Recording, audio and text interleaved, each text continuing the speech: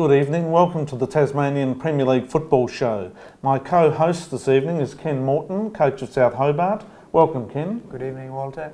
And our special guest tonight is Michael McKenna, the former Hobart Olympic, Taroona and currently Metro goalkeeper. How are you? Not Michael? bad, thanks Walter. Evening, Ken. Evening, Michael. Michael, I believe you also host a radio program about football. Yeah, we do. We've just recently started, myself and Adrian Pitkin, a radio show on 99.3 Edge Radio, and it's just to give the local game a bit more edge and a bit of a voice. Okay, we'll go into our first game then, which is Tilford Zebras against Taroona. Now, Michael, you've played with Taroona. How did you rate them in this game? I found that they're a stubborn side, Taroona, and they'll always give it their best. They didn't seem to create a lot of opportunity in the flow. There seemed to be a lot from set pieces. But outside of that, after the last time that they played, they've actually improved steadily, and Ben's doing a good job out there at Taroona.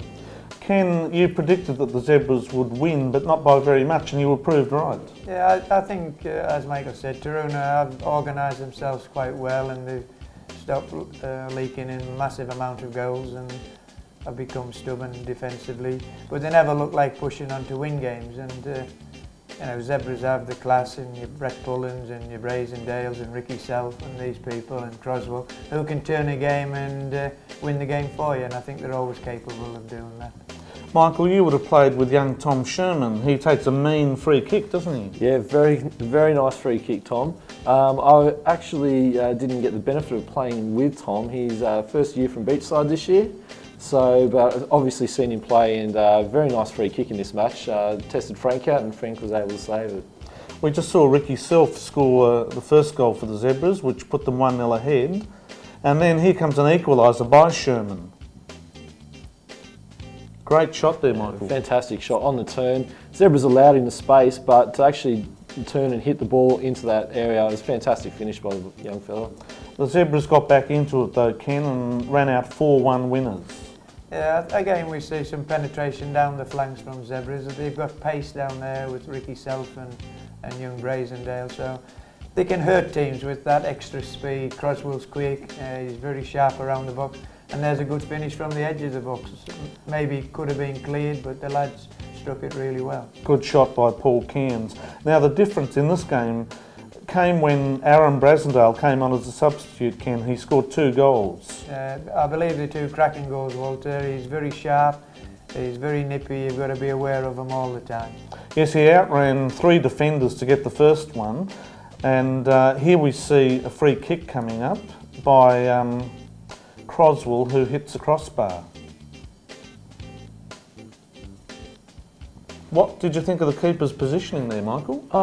It's a difficult one. Obviously, there's not many indirect free kicks in soccer anymore, but anytime it's inside the box, he's sort of blinding himself by not getting in front of the wall, and it makes it difficult.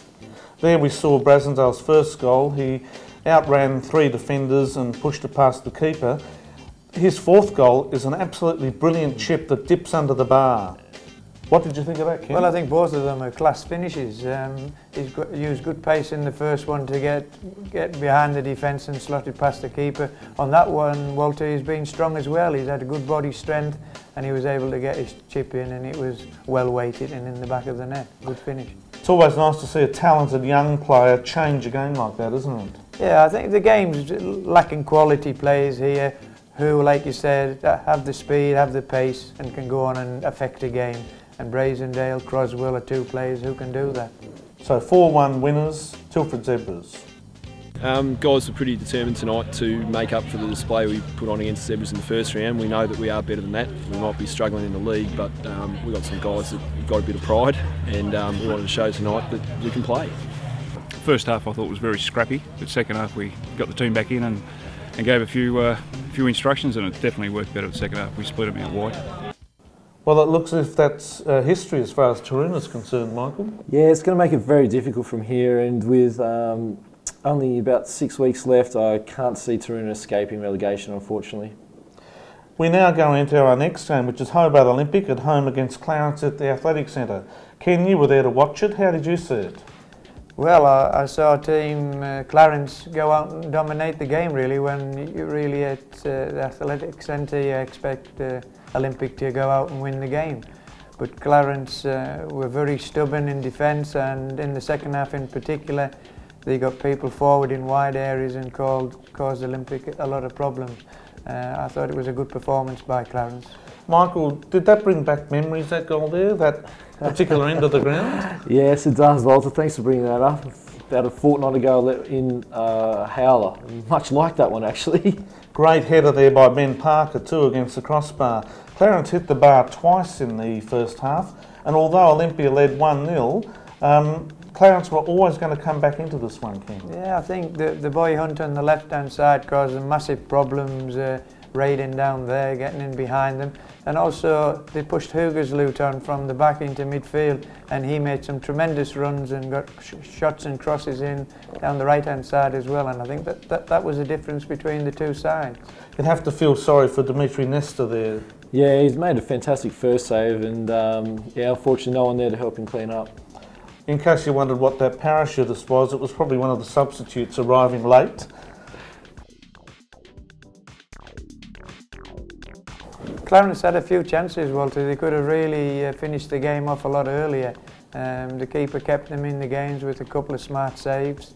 There's another one with his feet. He was a good block for them. And this is a great shot by Hugersloot and a wonderful save by Dimitri.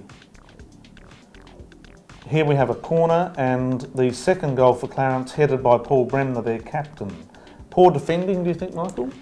Yeah, he was left unmarked, and the other thing was Nesta came off his line, didn't quite get there. The third goal for Clarence came from a penalty, which we'll see shortly. There's another shot against the bar. What do you think of Olympic, Ken? They're 2 points behind you now. Can they catch you? Well, they're a good side, Walter. They're always capable of scoring goals with Bullis and Grelis up front, the free-running players. But I think we're still in the box seat. We've had a disappointing day today, but we're still in the driving seat, and I'm sure we can put some good wins together in the next 4 or 5 matches as well. There we see the penalty. Nesta saves the first attempt, but he can't get to the rebound, and Bremner just taps it home for a 3-1 win for Clarence. Ken, you lost 3-2 to the Knights today, but you're still 2 points clear. Can you stay there? Yeah, I believe we can, Walter.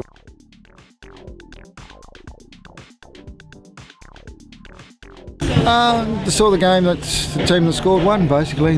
They had chances in the first half. They thought they should have scored.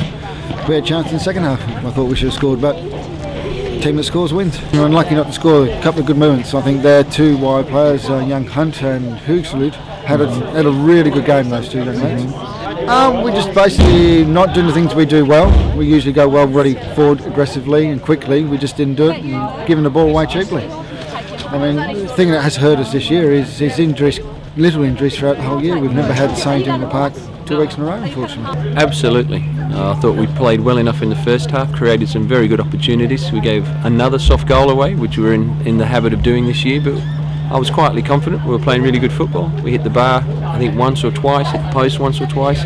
All we had to do at half-time was make sure that the players stuck to the game plan, and we get the same amount of chances in the second half and not allow the soft goal, which we did. We scored 3 in the second half. They had very few chances. The one chance they had, the goalkeeper was superb, stood up and saved really well one-on-one.